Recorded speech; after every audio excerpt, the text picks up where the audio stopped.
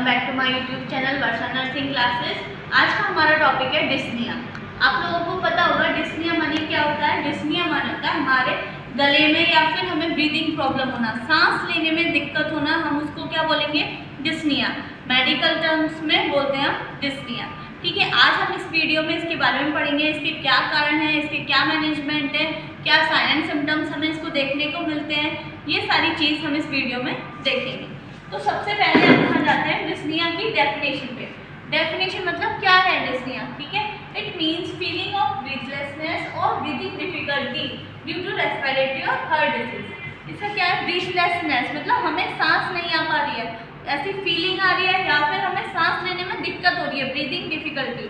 किसकी वजह से, या तो रेस्पिरेटरी प्रॉब्लम, हमारे सांस में जो रेस्पिरेटरी सिस्टम है उसमें, ट्रैकिया में, ब्रोंकस में, लंग्स में कोई ना कोई प्रॉब्लम है, उसकी वजह से हमें डिफिकल्टी आ रही है, या फिर हमारे हार्ट की प्रॉब्लम की वजह से हमें सांस लेने में दिक्कत हो रही है। इन कंडीशन से क्या कैसी फीलिंग होगी, हमें ब्रीथलेसनेस, जैसे हमें सांस नहीं आ रही हो, ठीक है। तो इस कंडीशन को हम क्या बोलेंगे, डिस्निया, ठीक है।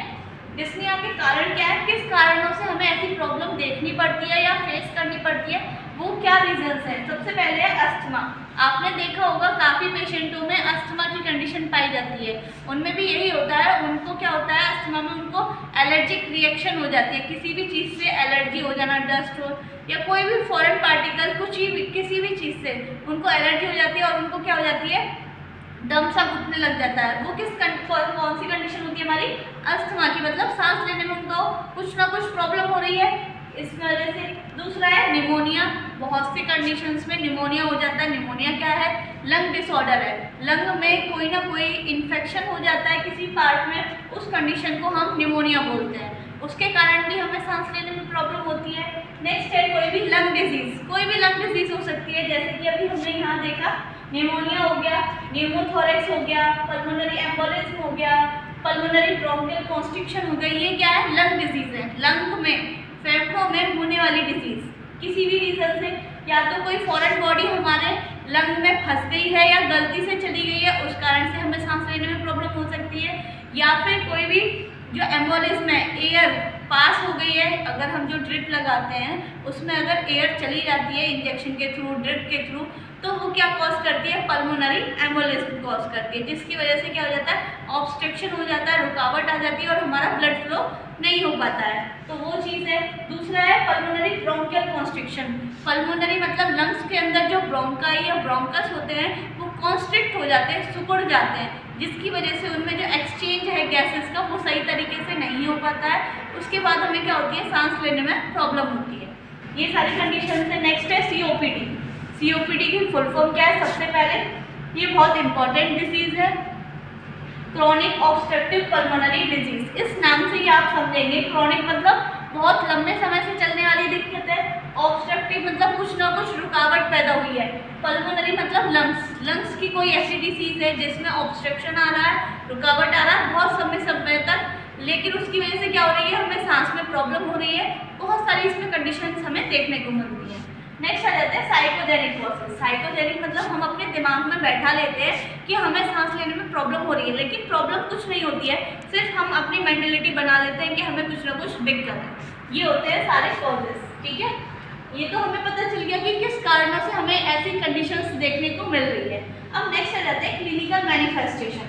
ये होंगे तो हमें क्या क्या चीज़ देखने को मिल सकती है पेशेंट में, या फिर हमें कैसे पता चलेगी कि इसको डिस्निया की कंडीशन हो रही है। नेक्स्ट है हमारा हाइपोटेंशन। हाइपोटेंशन और हाइपरटेंशन। हाइपरटेंशन मतलब बीपी का बढ़ जाना, हाइपोटेंशन मतलब बीपी का कम हो जाना, ब्लड प्रेशर का कम हो जाना, कुछ ना कुछ हार्ट से रिलेटेड है तो भी हमें क्या हो जाता है, डिस्निया देखने को मिलता है। हाइपोक्सीमिया, ब्लड में ऑक्सीजन की लेवल कम हो जाना, उसकी वजह से भी सांस में प्रॉब्लम हो सकती है। ट्रैकियल डेविएशन, ट्रैकिया में कुछ ना कुछ डेविएट हो जाना, डाइवर्ट हो जाना, उसकी वजह से भी हमें क्या, सांस में प्रॉब्लम हो सकती है। स्ट्रोइडर, स्ट्रोइडर क्या है, एक तरीके की आवाज़ है, गड़ गड़ गड़ ऐसे इस तरीके से जो आवाज़ होती है, हम खर्राटे लेते हैं या फिर हमारे गले में कुछ प्रॉब्लम हो जाती है, उस तरीके से आवाज़ आती है, उसको हम क्या बोलते हैं, स्ट्राइडर।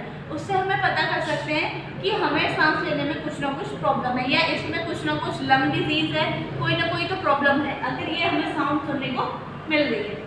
नेक्स्ट है एब्सेंट ब्रीथ साउंड, जो हमारी सांस लेने की साउंड होती है वो क्या हो जाएगी, बिल्कुल खत्म, बंद हो जाएगी। उससे भी हमें पता चल सकती है कि इसमें कुछ ना कुछ लंग प्रॉब्लम है या डिस्निया की कंडीशन है। नेक्स्ट है साइनोसिस। इसमें क्या होगा, साइनोसिस में इसमें हमारी बॉडी या बॉडी का किसी भी ऑर्गन या पार्ट ब्लूइश हो जाता है। ब्लूइश कैसे, उसमें वहाँ पे क्या हो जाएगा, ऑक्सीजन की जो डिमांड है वो कम हो जाएगी, ब्लड सप्लाई नहीं पहुँच पाएगी, जिसकी वजह से हमारी बॉडी का जो कलर है वो ब्लू हो जाता है, जिस वजह से हमें सांस लेने में भी प्रॉब्लम होती है।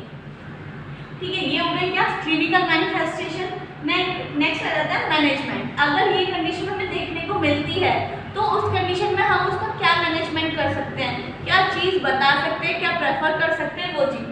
सबसे पहले मैनेजमेंट में treatment of shortness of breath is based on the underlying causes. जो कॉजेज ये हैं और जो कॉजेज ऊपर हमने पढ़े हैं अभी, ये सारे कॉजेज, इनमें से अगर कोई प्रॉब्लम है तो हम उसका ट्रीटमेंट करेंगे पहले। अगर जैसे अस्थमा है, अस्थमा किस रीज़न से है, डस्ट पार्टिकल से है, कोई फॉरेन पार्टिकल है, तो उसको रिमूव करेंगे और उससे रिलेटेड उसको ट्रीटमेंट देंगे। अगर निमोनिया है तो लंग का डिसऑर्डर ठीक करेंगे, निमोनिया के ट्रीटमेंट देंगे। अगर और कोई प्रॉब्लम है, साइकोजेनिक है, तो उसको अलग मेंटलिटी सपोर्ट देकर प्रोवाइड करेंगे। COPD की प्रॉब्लम है तो उसका ट्रीटमेंट देंगे। मतलब जो कॉज है, जो कारण है, उसकी बेस पे हमें ट्रीटमेंट देना है। ठीक है, फर्स्ट तो ये हो गया। नेक्स्ट, अगर हमें ऑक्सीजन, साइनोसिस की प्रॉब्लम देखने को मिल रही है पेशेंट में, तो हम सबसे पहले क्या करेंगे, उसके ऑक्सीजन देंगे। ठीक है, ऑक्सीजन कम होने से भी पेशेंट में सांस नहीं ले पाता है, वो घबरा जाता है, तो सबसे पहले हम क्या कर देंगे, उसको ऑक्सीजन दे देंगे। नेक्स्ट है last, provide followers position for effective breathing. ये क्या होती है, फॉलोअर्स पोजीशन होती है पेशेंट को 90 डिग्री पे, ये पेशेंट का सिर है और ये पैर, इस तरीके से बेड पे हम पेशेंट को कैसे फॉलोअर्स पोजीशन दे देते हैं। ये तो हो गई 90 डिग्री फॉलोअर्स। एक होती है 45 डिग्री फॉलोअर्स, यहाँ पे पेशेंट का सिर और बैक है और ये पैर है इसके, ये कौन सी है, फॉलोअर्स पोजीशन। इस पोजीशन में हम पेशेंट को रखते हैं तो उसको सांस लेने में थोड़ी सी आसानी हो जाती है। फॉर इफेक्टिव ब्रीथिंग, ब्रीथिंग मतलब सांस लेने में थोड़ा सा उसको आसानी हो जाएगी अगर हम कौन सी देंगे पोजीशन, फॉलोअर्स पोजीशन। ये क्वेश्चन पूछा जाता है। ठीक है, तो इस वीडियो में हमने उसकी डेफिनेशन पढ़ी, कॉजेस पढ़े, मैनेजमेंट पढ़ा, ठीक है, क्लिनिकल मैनिफेस्टेशन पढ़ी, सारी चीज़ पढ़ी। अगर आपको मेरी वीडियो अच्छी लगी हो तो लाइक करें, सब्सक्राइब। Thank you.